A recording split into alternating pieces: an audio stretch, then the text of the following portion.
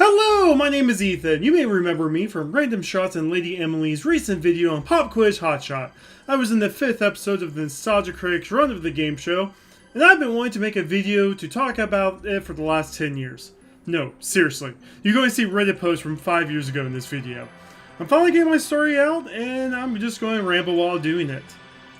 Over the years, there's been many video essays on Pop Quiz Hotshot. Most of them are similar to how they structured talking about the project, ranging from the Indiegogo drive to the failed pilot, and then to them just throwing out 11 episodes and calling it a day. They don't ask for comments from the contestants or from anyone who worked on the show. And if they ask me, well, here's a story about how my life got flipped. Wait, that's wrong. In 2014, I was working my way through college. I lived in an apartment in a small town in Illinois. I was trying to revive my channel after falling out of the algorithm. While working on homeworks and essays, I listened to video essays in the sort. I was a big fan of how Doug Walker did the Nostalgia Critic. I never watched a demo reel or anything of that sort. I watched all of his old stuff. Watch AVGN and other channel awesome creators, Larry Bundy, and went on with my day. One day, they were asking for people to submit auditions for a channel awesome game show, which I did at the start of 2015. Hello, Channel Awesome! I'm Ethan Nunlo, and here's why I'll be great for your pop culture trivia game show. Kinda hope it's called Saved by the Buzzer. Since it's... No. I missed that apartment. It was nice. Anyways, I ended up being invited to be part of the pilot! I can hear what you guys say now. But you weren't in the pilot episode that was uploaded! You see, normally at the time, they've already filmed 20 to 30 other pilots, and all of them failed! I was excited though. I love game shows, and I'm going to be on Channel Awesome, and if I impress them well enough, I might be able to revive my channel through this network. My ex and I took the train up to Chicago near the end of January of 2015, and we were picked up by Channel Awesome CEO Mike. We went to the studio. It was so surreal. Everyone was very nice. I became Twitter mutuals with Tamara and Malcolm. I met my opponent for the episode, Jace, and overall, it was a great time. I've been on sets before doing student films in high school, and I knew that lighting was an issue. They kept the studio lights on during filming, and there was no key lights to help make things better. It was as bad as you saw in the pilot. I don't remember much of the game other than I made a comment about how I watch all kinds of game shows growing up, including the 2001 You Don't Know Jack. And one of the questions Brad asked me was about You Don't Know Jack, which caused a joke about me possibly cheating with that question. The intro dollar store game we played was Perfection. I don't remember exactly what our whiteboard segment was, but I know Doug, Brad, Jason, and I were just talking while they were getting camera set up, and I made a joke that got both Brad and Doug to break for a minute. I ended up losing the episode. It wasn't even close. Emily was right. With no rubber banding, I think it was something like 400 to 120. Jace went on to the bonus round. The prize of the bonus round was my taxidermy body, plus $100. There were a few pictures taken with Farad and I where I went upside down and made it look like he was holding me up on my leg. He did one of those billionaires next to dead elephant poses next to my body. Afterwards, I sat next to Malcolm and my ex watching the final round. Brad ends up announcing that the category was Video Game Final Bosses, and I shouted, "Oh, come on!" which caused everyone to laugh. Fun times were had, and my ex and I had to navigate our way back to our train. I remember not wanting to see a train ever again after how raw my back and butt while riding for like 8 hours that day. I get home, I continue doing college stuff, and I'm excited for when my episode comes out. Then I get an email saying that because of sound issues, none of my episode was salvageable, which was disappointing. Again, I didn't know it at the time, but while my episode was being filmed at the end of January, they were filming episodes for months before mine and failing horribly. I asked on Reddit if people involved with the Pop Quiz Hotshot wanted to share their stories on Reddit 5 years ago. I ended up getting this real interesting story from username Duesenberg. The studio was located in an industrial park in Lombard. Impossible to be soundproof, Duesenberg did some freelance sound help. It also didn't help that because the podium mics were our only sounds, anything said by the contestants would be picked up by both mics. There were apparently multiple hosts in the pilots, and while they were trying to get the show taken off. Duesenberg also included a funny story about someone pretending to be Skeletor and mess up a question. I'll link to the post in the comments below. Also, while I was digging this stuff back up to make this video, I feel like an asshole. I never replied to you about my episode. Neither Duesenberg or his British friend Nick was the sound guy for my episode. Back to me oversharing my personal life. My ex and I broke up a few weeks after going to Chicago. Long story, led to a very dark and depressive time in my life. Nearly flunked out of my last semester of college. Things were dark. I'm stubborn. I didn't go to therapy, but I wish I did. I ended up graduating and tried getting into the workforce. Things weren't great at first. Trying to find a job is horrible in 2025, let alone in 2015 right out of college. One day in July of 2015, though, I do get a friend request from Doug Walker.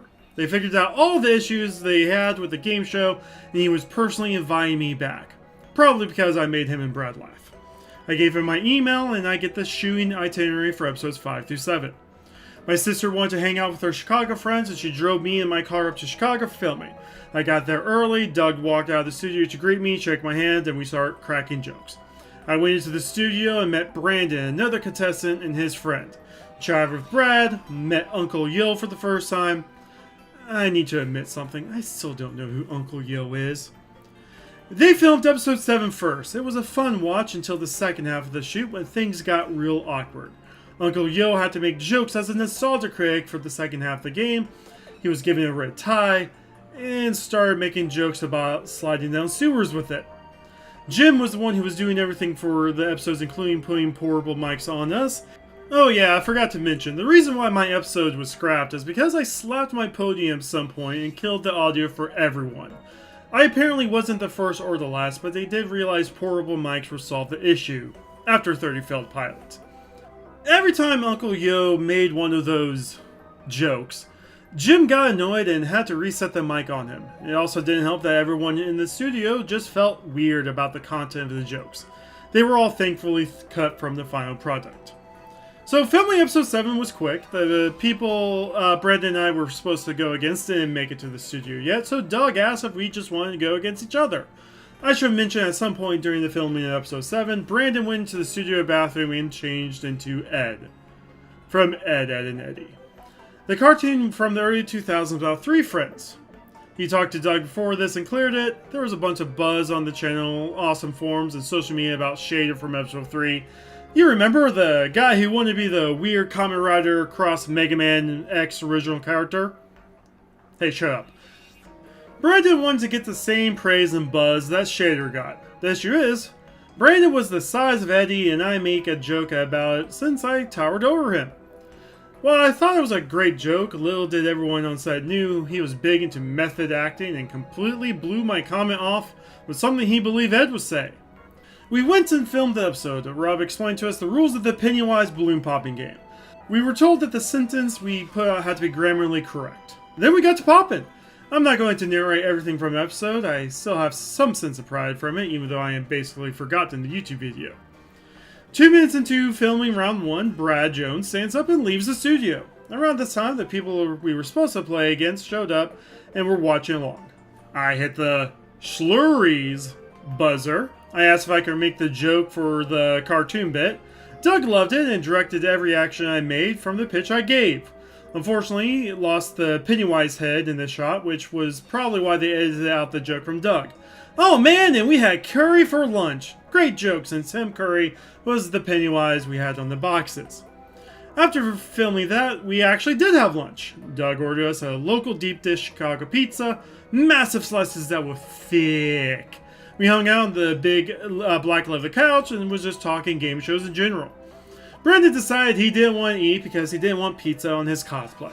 I felt like that insulted Doug a bit. This pizza wasn't cheap and it was his treat for having us on the show. Brandon also never let up on Ed, and it got to the point where Doug, going for a bite of pizza, just looks at Brandon and tells him to cool it. That definitely hurt Brandon's feelings, and lunch was awkward from that point on. We zoomed through round 2, I beat Ed, I am given a choice for categories for the final round, and I picked Tarantino movies since I was on a Tarantino binge at the time. Doug and I ended up tying and we played rock, paper, scissors for the win. I messed up the shot but showed paper. We reset the shot and I switched to rock. I think Doug was wanting me to show paper again. He wasn't happy with me changing it up. They go to film the credits, and one of the things I remember about the Shader episode at the time is how they didn't kill him should they keep going on and on about how annoying Ed was, and I start telling Brandon and the audience to say something. It takes me 3 times telling him to say something before he shouts, "You missed!" And if you're watching the credits from episode 5, you could tell Frard and Doug were waiting for that. Brandon and I just chilled while watching episode 6 get filmed. The people we were supposed to play against didn't do so well in the game. I commented on it to Brandon while we were hanging out, and it hurt his feelings. His exact comment to me was, "Well, you didn't have to point it out." I'm an asshole. We wrapped filming, and I was making plans on where my sister was going to pick me up. Doug, Brad, and Rob offered giving me a ride to a local mall that was closer to where my sister's was. Rob and I chatted in the main lobby of the studio, and he was very transparent with how he hated the game show, and everyone else working on it, according to him, also hated it. Which surprised me. I love game shows. I had so much fun filming the 2 times I was there. Little did I know this high from filming the episode that eventually aired would kick me out of the depression I was fighting for months. Again, I didn't know they have already attempted and failed all those episodes before they finally figured out the issue. I had fun telling all of this in the comments of the videos from episodes 4 to 7. Over the years, I've wanted to tell my story in the video format and just never got around to it. I made friends on the channel Awesome social media, and I chatted with Tamara and Malcolm in the DMs on social media. Doug eventually stopped replying to my Facebook messages. I think I scared the shit out of Brad once. I moved to Springfield, Illinois, and I found a small and cozy movie theater a couple of blocks away from my apartment. I went to go see a movie and I bumped into Brad in the bathroom. I still remember watching the snob review he uploaded that night from his car. He was staring at the theater, probably wondering if I was going to follow him out. I was already back in my seat watching whatever movie I was watching at the time. A few times I started reaching out to other contestants and people who worked on Pop Quiz Hotshot. Usually when another video essay comes out and they didn't ask anyone themselves for their story. So here was my story. If you made it to the end, thank you. Please hit all the positive buttons. I'm still the guy who beat Ed in a crappy internet game show, and have a brilliant night.